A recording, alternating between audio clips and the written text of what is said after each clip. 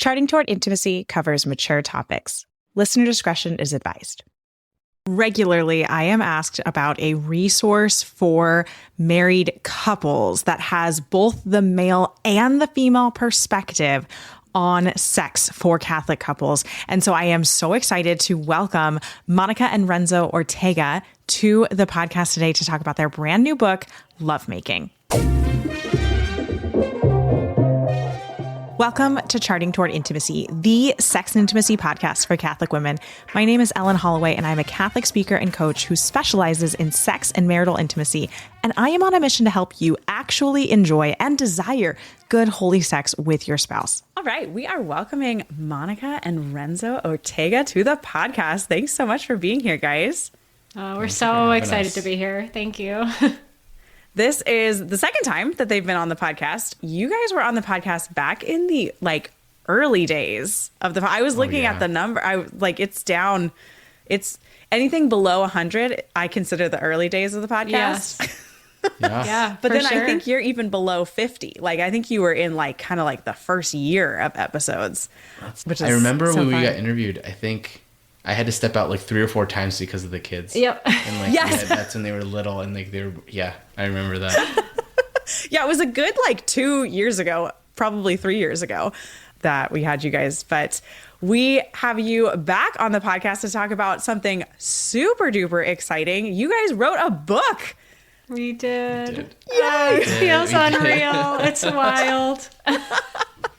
All right. So before we jump into talking about your book, which is called Lovemaking, which I think is an amazing title for your book, why don't you guys just tell us a little bit about yourselves so the listeners know who are these people that we're talking to? Sure. So we're Renzo and Monica. We live in New England with our 5 kids, and we co-host a marriage podcast called To Become Family, and that's kind of our apostolate name. So our website is To Become Family. Our social media is To Become Family. It was inspired by J.P. Chu's Casti Kenobi. Sorry, just kidding. But who's I was like, Casti Kenobi, that's... Just kidding. Just kidding. We like to quote that one a lot too. Nope. Familias Consortio. It's really late at night and we're recovering from the stomach bug. So excuse me. So we get our encyclicals mixed up. Yep. That's what happened. Oh, pish posh. So... Familiaris Consortio. Where was Become I? who you are. Yeah, there we go. So in part of Familiaris Consortio, John Paul II charges families to become what they are. And in it, he was trying to just encourage them and remind them that they have what it takes to have confidence in you as spouses already are a family and you've got it in you. And so our hope is to restore confidence in marriage and family life and to start some of the good, hard, beautiful, messy conversations where human experience and spirituality intersect. Yeah, and we tend to share a lot about our past failures within marriage because the first we all have them. Right, the first half of our marriage is very rough. So being able to share a lot of that, and so a lot of the apostolate is it was born from bringing all of that to prayer and what do we do with all this, and a lot of it came from mentoring young adult couples that were old youth group kids who then got married, and we were just mentoring them, and then they moved away, and we're like, what's ways of keeping this going? So we thought of putting it out there as blogs and podcasts, and that's when we interviewed you interviewed us super early, just when we were still developing that idea. Yeah, I think it was before you guys had started your podcast too. Yeah. I think so. Yeah. Yeah. So we were back in the blogging era. Yeah. Back when people wrote things that people actually read. Exactly. Hey, Substack is a new thing and it's coming back. True. So yeah, people are reading Substacks. I feel hopeful. I'm so not a writer, honestly. And so I love the fact that podcasts are great and people like them. So I'm that's where I hang out. All right. So tell me about your inspiration for writing this book. Yeah. So we all of our sexual failures. Yeah, exactly. that is all. Where do we begin? Yeah. So like Renzo said, we just experienced a lot in our early marriage. We are high school sweethearts. So we've known each other for a very long time. And we were faithful Catholics going into marriage. So we just assumed that that would be all that we needed to have marriage. And we did come from families of divorce, so we had good examples of what not to do. And we were like, well, we're doing the Catholic thing, so we should be fine. And then we got into marriage and we're like, wait, this is not dating and this is not engagement and this is so different and it is so hard and we are not doing things the way that we should, even though we're trying really, really hard. And so that definitely was evident in a lot of areas of our life, including our sex life. And like Renzo said, we also, through that process of healing and growing and virtue building and trial and error and hard conversations, we also found that we are not alone in that experience. Absolutely. So you're like, gosh, no one is talking about this. Like, we really didn't have a place to go for mentorship or to like, what are we supposed to say to one another? Or how do we go about this? How do we make changes? How do we make good changes? And through mentoring our young couples and starting these conversations and trying to just be real, we were like, okay, people want to hear this. They want to hear that they're not alone and they want to hear the failures of others and that they can come out on the other side and that there's hope. So we started writing. Yeah. And so the book it's not theology of the body, though you definitely, if you've read theology about it, you'll see where that's coming up in it. And then like, it's not like a, what does the church teach, though, again, that's in it. But we tried to make a lot of it of sharing our story, which a lot of the stories in there were stories that we've used in talks and things whenever we've presented on it. But then also trying to connect couples with one another so that they're communicating. Because ultimately, like, they could hear our stories and be like inspired or scandalized, hopefully not. But like they hear stories and they may not necessarily bring it back to themselves. And the goal of the book is ultimately to get them speaking with one another about their intimate life and how they can grow in marital intimacy outside of the bedroom, but then also that will help the bedroom as well. I have really found just in my own work that it all boils down to communication and having open lines of communication when things are good, when things are bad, when we want to change things. And so many times the problem is just that we're not adequately communicating our wants and needs, and we're not listening to the other person's wants and needs. So tell me a little bit more about like who is this book for, and what are they going to get out of this book? Sure. So I think our primary audience would be newlyweds. So they're in the midst of figuring this out, and hopefully this can help them as they are navigating it. For all the newlyweds, this area of their relationship is going to be funky. It's going to be exciting and wonderful and awkward and strange. And so I think that would be our primary audience. However, we do think a lot of these conversations are good to have an engagement.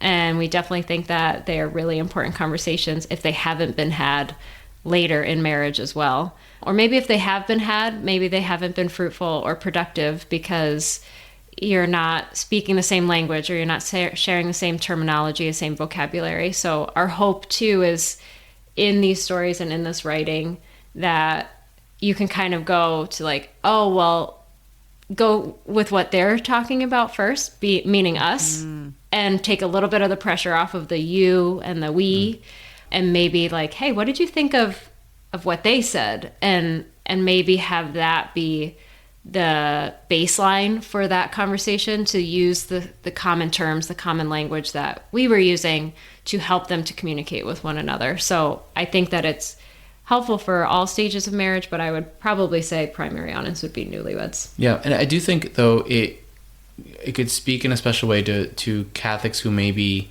lukewarm about their faith, but want to figure this aspect of their marriage out, because it is written in a way that's, again, we don't lead with church teaching right away. It's a lot more inviting into the story of okay, you want to get your romance right, you want to get your marriage right. this is what happened with us. And then eventually it does lead to why the church has the answers to this, and why Christ needs to be at the center of it. But it is like one of the taglines is, I think it's a guide for everyday Catholics, because we don't want to make it just a high level. It's not a high level catechism, but it's definitely something that anybody could pick up no matter where they are in their faith journey. Awesome. Yeah. A little bit on what you were saying, Monica, about like sometimes when you have to approach a very difficult conversation, it can be so much easier to enter into that conversation if you have like a jumping off point and a third party to kind of like start with, right? So I do that a lot on this podcast, is I'll recommend, hey, tell your husband that you heard something crazy on this podcast, and you're like, hey, what do you think about this? Right. It's just having something else to, I don't know, jump off from. So I think that this book can really serve in that spot. And especially with your guys' personal stories in it of like, well, look, like, you know, they're a really faithful couple, and like they struggled in this similar way that we are struggling right now. Like, we can learn, we can grow, we can get to a stronger point in our marriage, that kind of thing. Yeah, and I remember that being a big aspect of shame for us, because we were faithful Catholics and struggling, so we never wanted to let anybody know we were struggling. So being able to see that like other Catholics struggle as well with this, it does help you feel a little bit more shame, less of a burden, and feel like, okay, it's okay to bring this up to others, and especially to our spouse. Like, hey, we need to talk about this. This is okay that we're struggling here. Yes. Oh my gosh. If I could tell one thing to engaged couples, is that it is okay to ask for help and like admit that you're struggling in some area, because we all are going to. We're getting married to a fallen human being. We're trying to live life with another fallen human being, and we're fallen ourselves. So we just got this like double hit of sin that's just going to twist everything up. But there's a way out of it, right? And that way is Christ. But it's really okay that problems come up, that struggles come up, that it's hard to talk about things, that your sex life sucks. Those kind of and like you didn't fail just because you're in a rut right now, or because things aren't great. Yes. You know, we have such a finite idea of failure. We're like, oh my gosh, because I didn't get this right immediately, we have failed at marriage. And it's like, you can't fail at marriage. You can't fail at sex. Like, you just need to learn. You just need to like keep practicing, keep going, keep working on it. Yeah. And that practice makes progress, right? It's not going to be perfection the first time. And to enjoy that process of practicing, right? And that like, yes, there's a lot of intimacy in the awkwardness of trying something and it not going well, but being able to like admit that and talk about it, and be totally open with one another about it. Absolutely. Okay, so what was it like to write a book about sex with each other, like with your spouse? So like you were saying, we are very, very different human beings put together into one marriage. And our styles for most things in life are very, very different. So we write very differently. I was always the teacher's pet and the nerd and the good student. So I wrote, I had my blocks of time that I would write every week, and I pretty religiously stuck to those times. And Renzo, in the good old school fashion, pulled several all-nighters to get his work done. a couple of nights before they were due. We had different deadlines, and that's when he would show up. So I actually asked him for like, okay, but your deadline actually has to be at least a week before the official publisher deadline, because I also need to look at it again. It needs to be cohesive. To see what you said. Because all mine's there and available for you to look at whenever you're ready. I've been doing my weekly writing session. Yeah.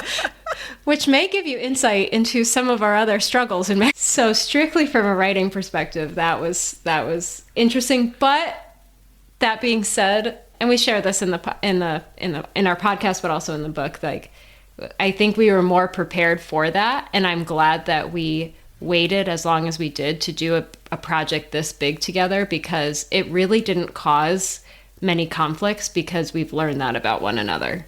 Like he's learned that I'm more type A and controlling and neurotic.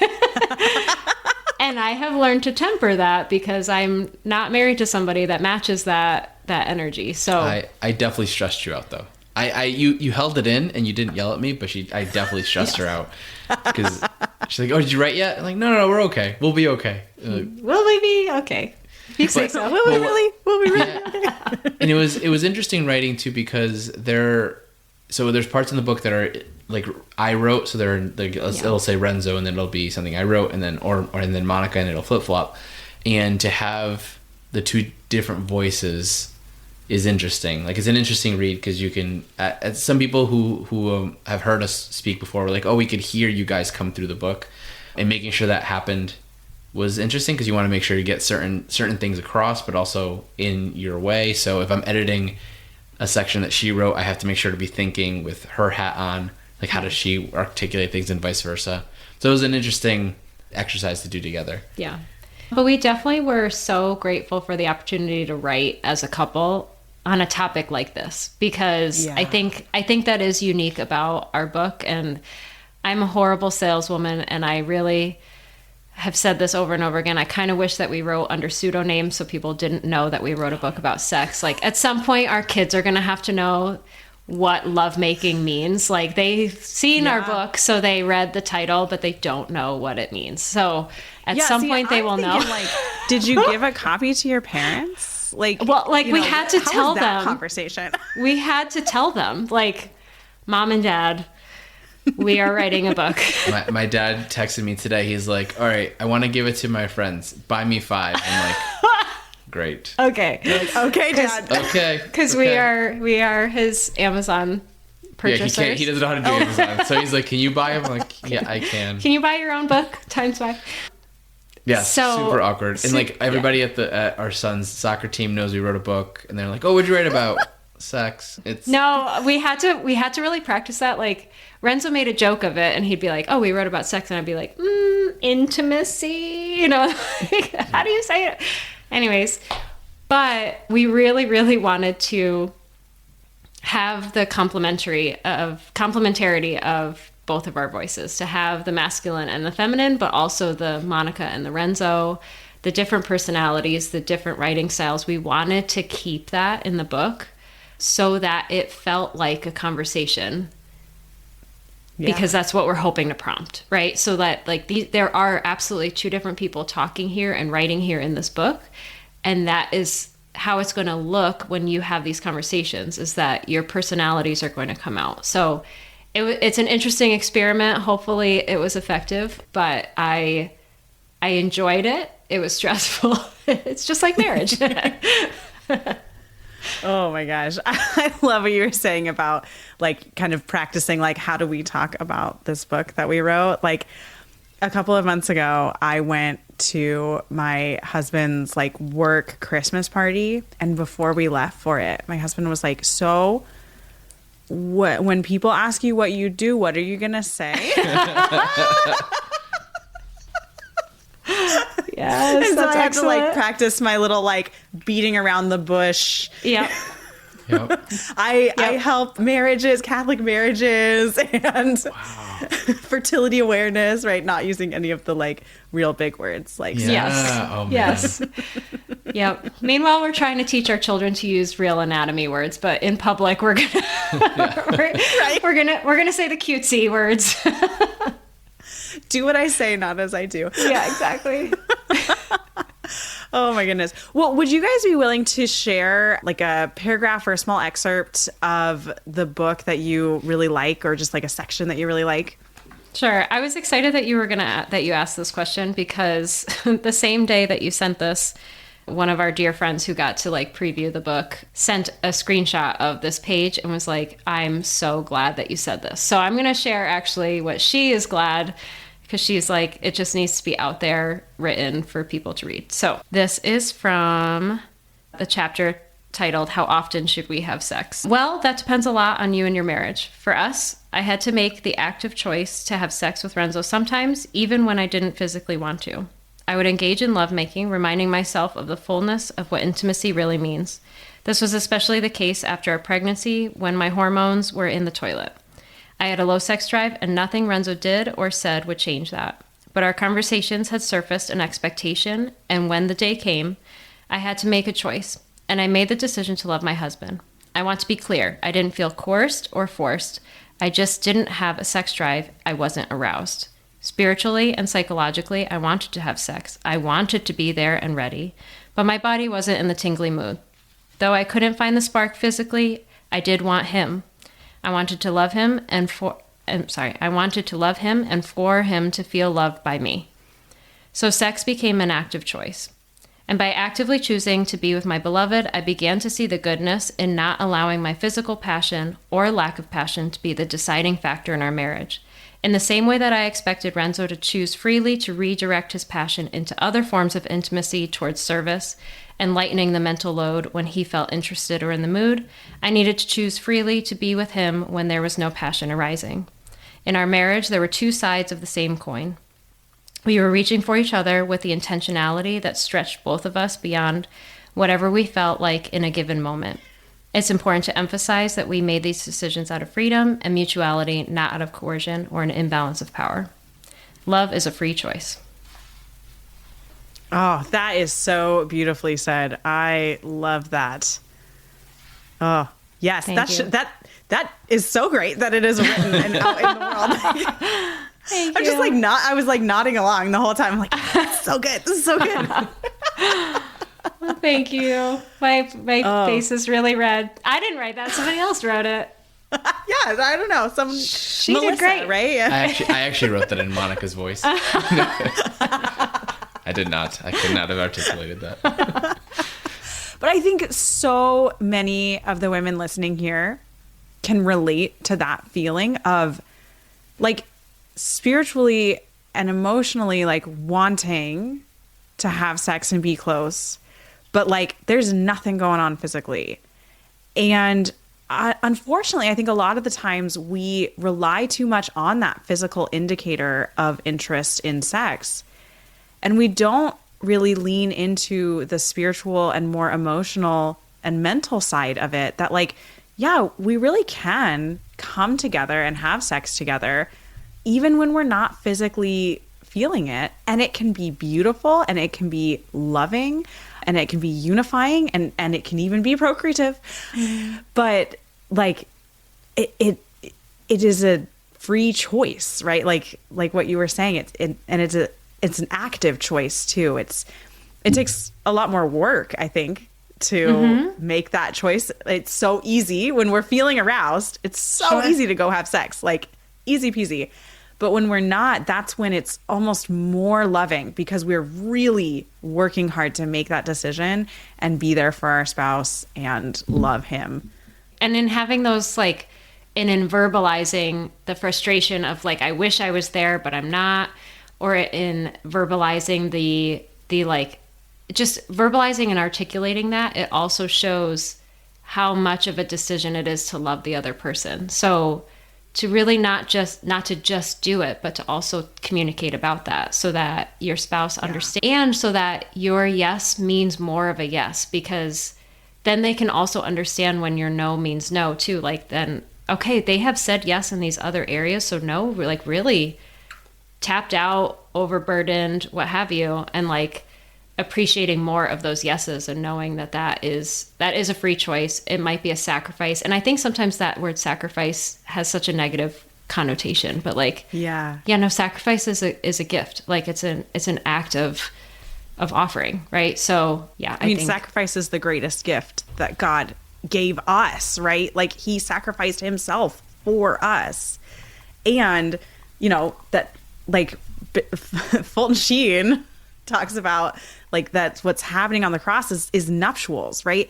Marriage is sacrifice. Mm-hmm. I like to talk about that too, because we put a really negative connotation on sacrifice, because when we think sacrifice, we're like, oh, I am not going to eat the chocolate for Lent and it's going to suck. Mm-hmm. And I'm going to be sad about not having chocolate and I'm going to sacrifice, right? And that's, sure, you might be sacrificing chocolate, but that's not what we're talking about when we're talking about sacrifice. Sacrifice is giving of yourself to another person, right? Jesus's sacrifice was giving of himself to his bride, the church.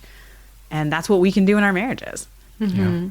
And and newlyweds they're not ready for, like, they don't know what they don't know as they get married, right? And they don't have the same need to sacrifice, and they're like, oh, honeymoon period, everything's great. And I think sometimes they get hit by a truck as soon as like this is happening. They're like, I didn't think it'd be like this. And like your podcast didn't exist back then. Like when we got married, like there just wasn't a place to go and hear that like, hey, everything's okay. Yes. You just have to navigate it a little differently. And I think sometimes when your sex drive takes a nosedive, or one spouse's sex drive takes a nosedive, you look internally within your relationship and are like, what's wrong with our relationship? And it could be a clue that there's something that needs to heal in your relationship. Or it could also be these external factors, right, that are influencing. And so because you are a whole person and an integrated person, that like those other things need to be addressed, and your spouse needs to recognize them or see them and see you in them, and not take it so personally. I think that was a struggle that we had too, was a lot of like taking no's personally, or taking lack of physical interest personally, and to really have the tools. I was way too sensitive. Everything your guys' personal. Story honestly sounds so similar to my husband and I's story. Like, just off on the wrong foot very early. Yeah. Very early. And it just and it's good. Like, it's almost good that you're experiencing that, because it could lead to greater intimacy if you allow it, if you're not afraid of it. And hopefully, this is a tool, this is a resource to help couples not be afraid of, if and when this pops up, this isn't like gloom or doom. This is a new thing for us to encounter and work with. Yeah.